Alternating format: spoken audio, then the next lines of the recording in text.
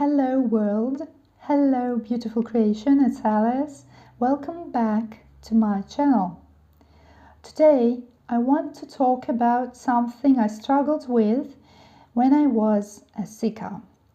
And I know I'm not the only one who has had this issue.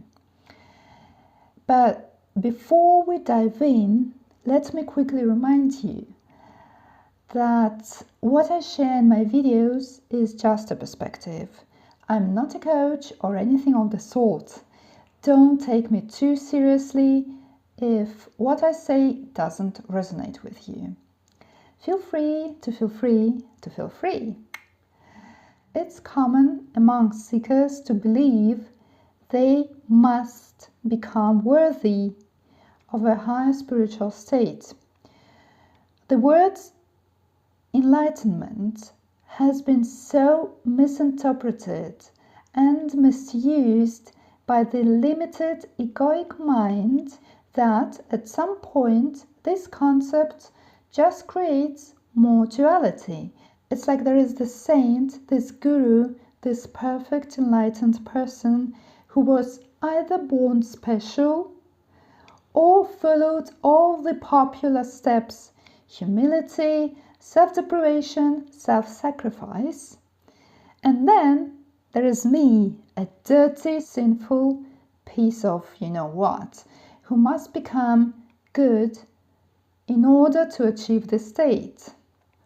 We probably shouldn't speak ill of the dead, but still, that past version of Alice did a lot of bad things.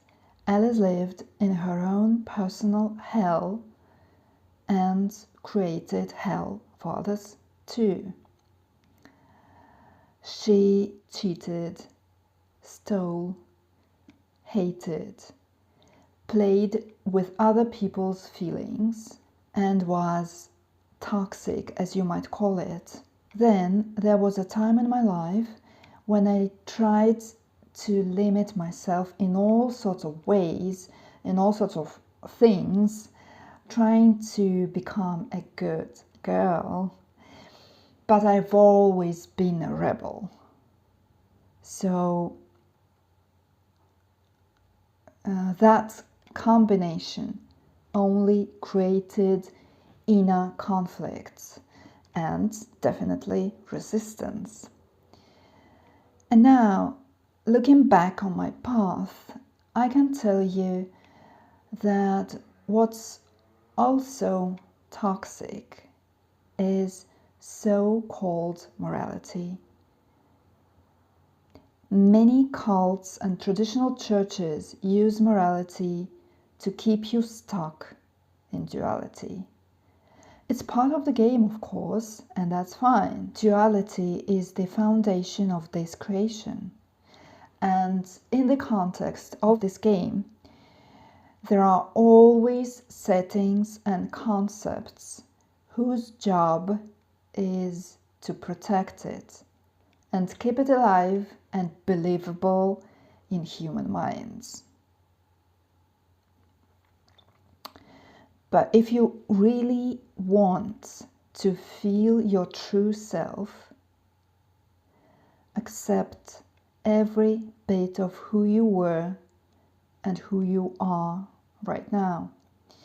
You are worthy right now, exactly where you are, because what you want to feel or think you need to become worthy of is already you. That sense of being unworthy is a fantasy, fabricated by your mind to keep you in separation, pulling down your frequency so it can never align with your truth. So instead of striving to become a highly moral person, I suggest you reduce resistance by accepting that the things you did the way you did them. What's interesting is that by reducing resistance, you naturally become a better version of yourself, so to speak, because you act from a more relaxed, natural state of being. Have you noticed that when something unfortunate happens and upsets you, meaning you resist it, there is usually a chain of similar events that makes it all even worse? On the other hand, when you are having fun, let's say outdoors, having a picnic with friends, enjoying nature, and you disconnect from your usual vibrational background, some unexpected good news pops up, or you get a message from someone important, or something funny happens. In this state, your behavior is different. It's more relaxed, it's more you. Yes, there was the resistant you in the past, but please don't resist that. Forgive or at least accept it.